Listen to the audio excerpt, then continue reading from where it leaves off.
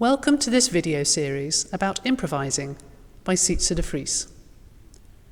You can support this video series by donating the amount of your choice to Sietze de Vries' Patreon account, which can be found by searching Sietze de Vries Patreon or by finding the link in the description below the video.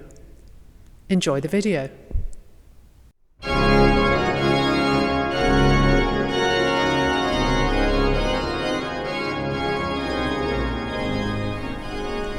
So let's talk a little bit about the 4x4 system.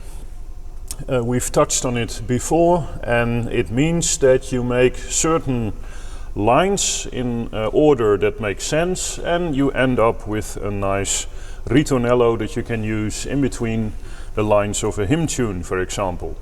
And 4x4, that means if you have 4 lines, each consisting of 4 bars, then you have a really good system that you can use.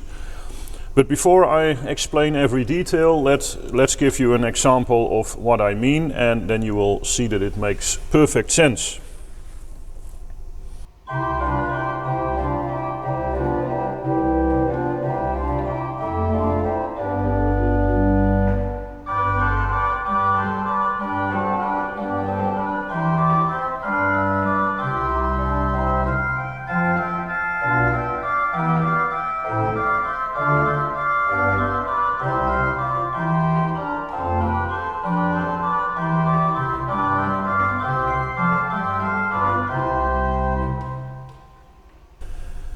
And you probably felt it as well. Now the melody needs to come in, and this is actually the system that Bach would use in cantatas as well, to have a beautiful aria that you start with an instrumental introduction like this, and then the soprano or tenor or whatever soloist can enter with a beautiful melody.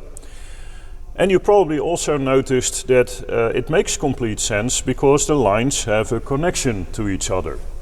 So what I did in the first line was going from the tonic, C major in this case, to the dominant, so like this.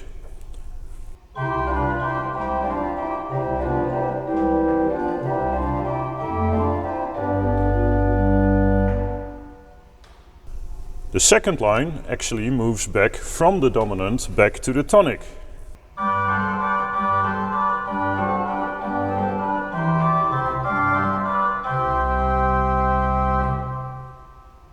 The third line consists of sequences, and I very often start them on a 4, and then from the 4 you go to the 7, 3, 6, 2, 5. What we've done before, so you end up with something like this.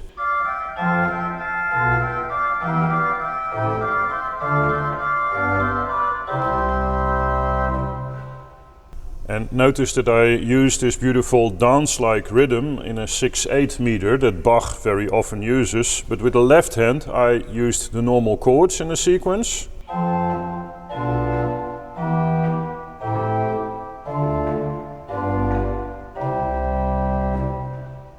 And then you can have a nice syncopation in 6/8 meter against it, like.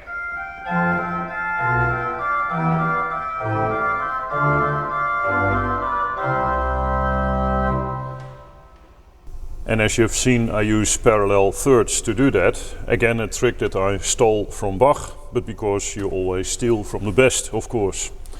So now I need one more line, and that's to have a nice ending. And as long as it has the right length, so in this case you have a 6/8 meter and you need 4 bars, and it has a strong cadence, like 4, 5, 1, at the end you're fine. So something like this.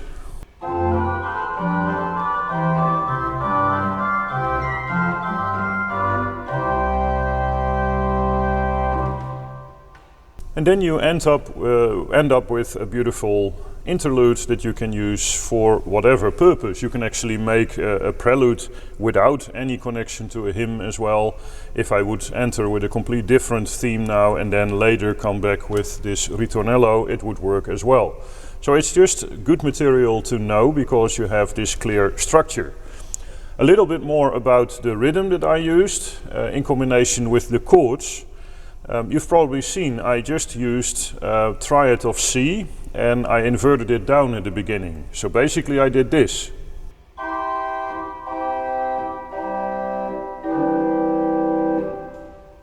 And that's the beauty of a 6/8 meter. You actually only have to go back and forward to the main note.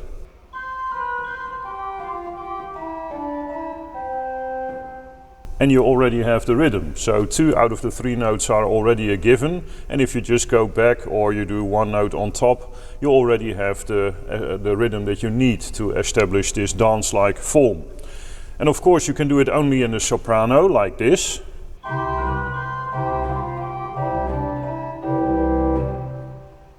And that's good to start with, but it gets even better if you try to do it in the other voices as well. And then we have the part of voicing that we talked about before, which is actually the hardest thing to do. And you can spend a lifetime on making perfect voicing. But the main thing is you use your ears, because very often you can use parallel sixths or thirds with it, like this.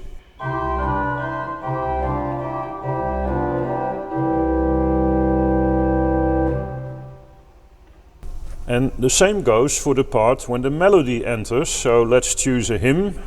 Actually Psalm 93 is really suitable for this kind of choral prelude because it's short, it's simple, you can use it in C major, and not unimportant, it goes to different keys at the end of every line.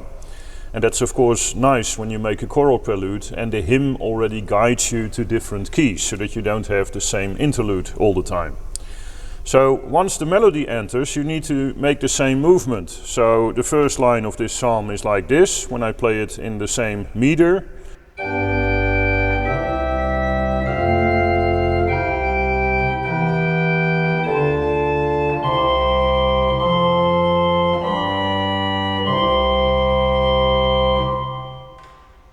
And when I move at least one of the voices that accompanies the melody, then I have this rhythm established, this 6/8 rhythm.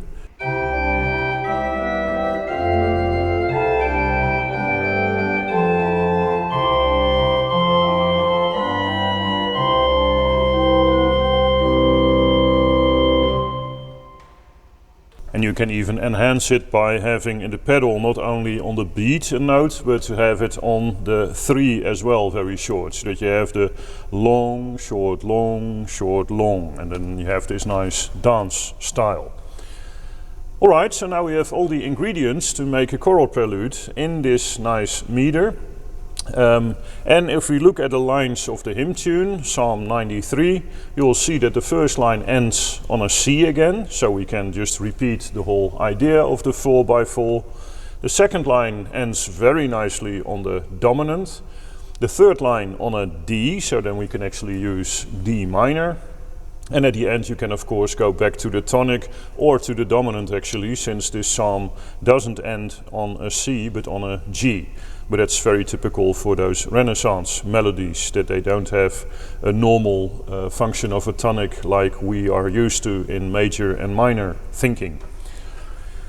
Alright, let's see what happens. I will probably use the system very strict this time, but keep in mind, and I will come back to that later, you can also make the interlude shorter, you can change it by not going to the dominant but to the subdominant, for example. Lots of options, but let's do it by the book this time. So choral prelude on Psalm 93 with the 4x4 system in a 6/8 meter.